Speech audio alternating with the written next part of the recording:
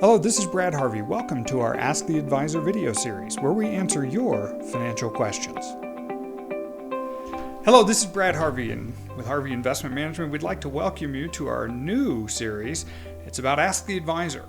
One of the questions that we've been getting a lot lately is, why do all assets seem to move together when we have precipitous sell-offs? And we certainly have seen evidence of this over the last 4 or 5 weeks. Well, what happens when you have a downturn in the market is many people panic and they sell assets regardless of type. And so what happens is all those assets tend to move together and they tend to move down.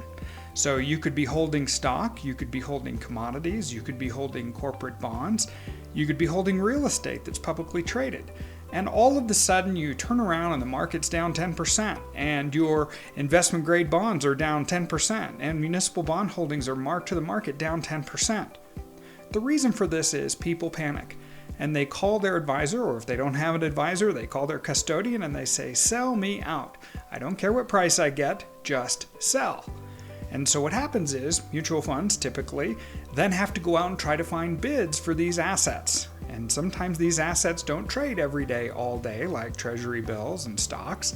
And so they're going to come out and say, well, I need to find somebody to buy this, and I have to find somebody to buy it today because I have to raise cash. And so all of those assets tend to move together in times of great stress. We call this correlation. So the extent that things move together, they are correlated. Normally, in a normal market, you can actually get diversity where you say, okay, I want to own airline stocks, but I don't want to own oil stocks. Why? Because they tend to move in opposite directions. However, this time around, airline stocks got hammered, cruise line stocks got hammered, oil stocks got hammered.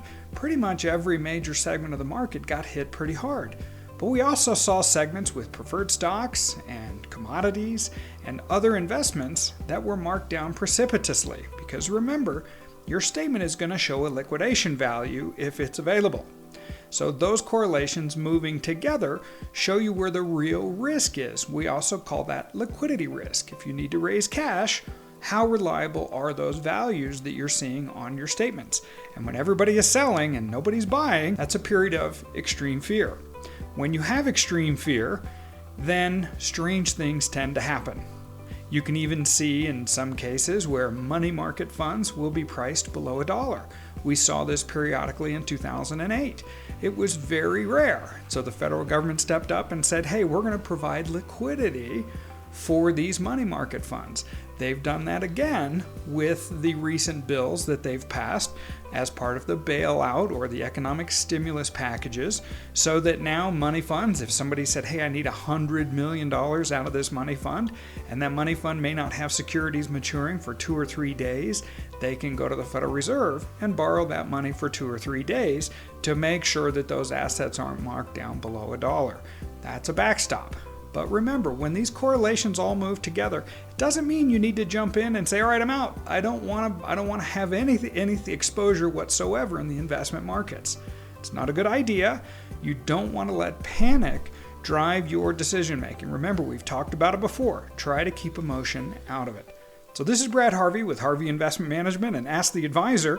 If you have any questions you'd like for us to answer, please email us. Thank you very much. Thanks for visiting our channel.